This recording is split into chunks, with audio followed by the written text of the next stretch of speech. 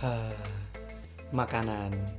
Sesuatu yang kita temukan dan disajikan di setiap kondisi, baik itu bersama teman, keluarga, rekan kerja, dan masih banyak lagi.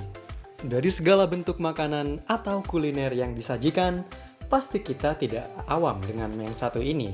Terutama kita sebagai orang Indonesia pasti sering bertemu dengan, yap, benar, nasi. Nasi sendiri merupakan pelengkap karbohidrat pada makanan-makanan di Indonesia. Seperti yang kita tahu sendiri, nasi berasal dari beras, yang dimana dicuci terlebih dahulu dan dimasak dengan cara dinanak.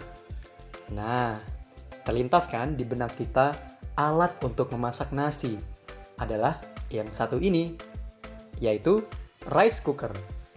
Atau lidah Indonesia kita mengatakan seperti magic jar atau magicom. Alat ini memang membantu kita memasak nasi dengan cepat dan praktis.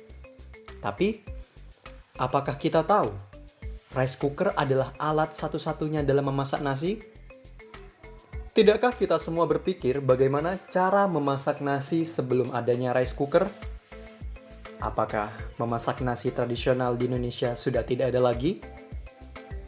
Apakah adanya rice cooker melunturkan kebudayaan memasak tradisional kita? Akan dijawab dalam video ini. Kebudayaan Indonesia melahirkan kultur dan tradisi dalam memasak nasi tradisional, seperti halnya kebudayaan Sunda. Cara memasak nasi tradisional dari Sunda yaitu pertama menyiapkan alat-alatnya terlebih dahulu. Yang pertama, ada hawu atau tungku. Lalu alat untuk memasaknya adalah seng atau biasa kita sebut dandang. Ada asupan atau kukusan yang terbuat dari rotan atau bambu. Bahan utama kita yaitu beas atau beras, nyiru atau tampah, dan ada dulang, serta ceceting. Langkah pertama yang dilakukan adalah napian atau proses pemilihan beras yang tidak layak makan atau membuang kotoran-kotoran yang ada pada beras. Lalu beras yang sudah dipilih dimasukkan ke ceceting untuk proses pembersihan dengan air.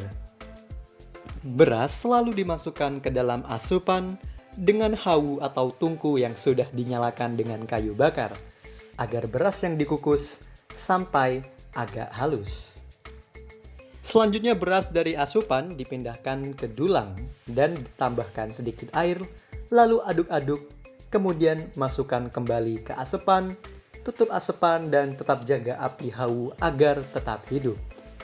Setelah 15-20 menit, akhirnya nasi sudah matang. Begitulah cara memasak secara tradisional ala kebudayaan Sunda. Kembali ke pembahasan kita sebelumnya terkait rice cooker. Memang benar dengan adanya perkembangan teknologi seperti terciptanya rice cooker sendiri sangat membantu proses pembuatan nasi. Karena instannya pembuatan nasi oleh rice cooker, banyak orang sudah beralih dari cara tradisional. Jadi, apakah kita harus memboikot rice cooker dan kembali ke cara tradisional saja? Haha, tentu saja tidak. Kita juga harus tetap melestarikan budaya memasak nasi secara tradisional. Tidak hanya di Sunda saja, banyak daerah-daerah seperti Jawa juga masih menggunakan cara-cara tradisional sebenarnya. Bayangkan nih, bagaimana jika listrik di dunia itu mati selama 1 minggu atau bahkan lebih? Apakah kita tetap akan menggunakan rice cooker? Haha, bercanda sih. Tapi siapa yang tahu? Maka dari itu, kita juga perlu mempelajari bagaimana cara membuat nasi secara tradisional tanpa bantuan dari rice cooker itu sendiri. Jika bukan kita, siapa lagi yang akan melestarikan budaya kita sendiri? Sekian penjelasan video pada kali ini. Sekian dan terima kasih.